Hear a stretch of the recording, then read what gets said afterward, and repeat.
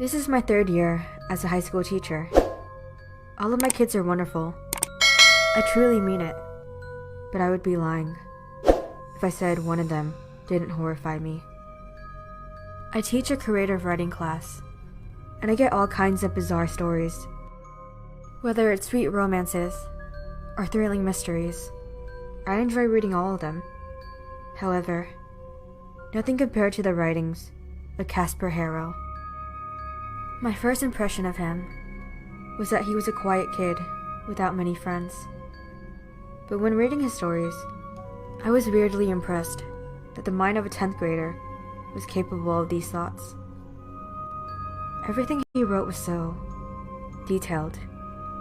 I could feel myself at the scene, covered in blood, and the horrifying feeling that I'd done something beyond repair would never disappear, even while I lay awake at night. As I was driving to work one morning, I decided to turn on the radio. The host said something that made my ears perk up.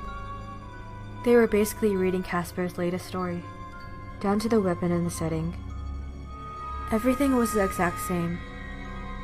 However, Casper's villain was described as a man with bulging eyes and an unsettling smile. The killer on the news was never actually found. As the school year continued, I started to notice some more and more similarities between his stories and the brutal murders around town. It was difficult to avoid them. Almost all news stations and radio shows would broadcast updates 24/7. But what I found the most strange was how Casper wrote all of his stories before any of this news was actually public. There's no way it was just a coincidence. It made me horrified to go to class and see Casper. Whenever we made eye contact, he would smile at me. Yet, I couldn't help but feel guilty as I brushed past him. Actually, guilty isn't a good word to describe this. In reality, I was afraid of him. One day, I stayed after school to catch up on a couple of things.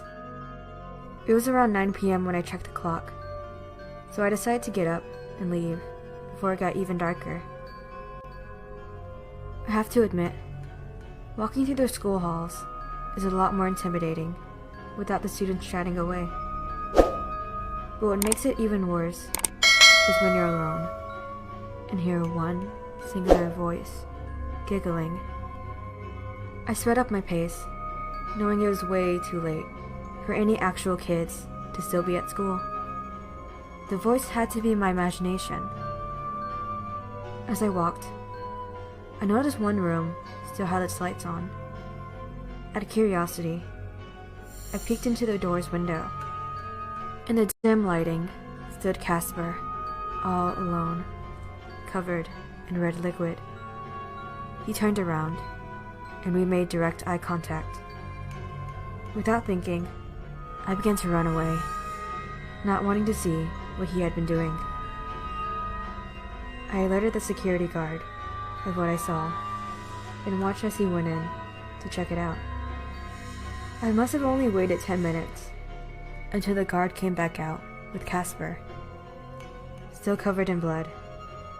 But I looked down, and in his hands was a bottle of red paint. Apparently, he stayed after school to finish his art project.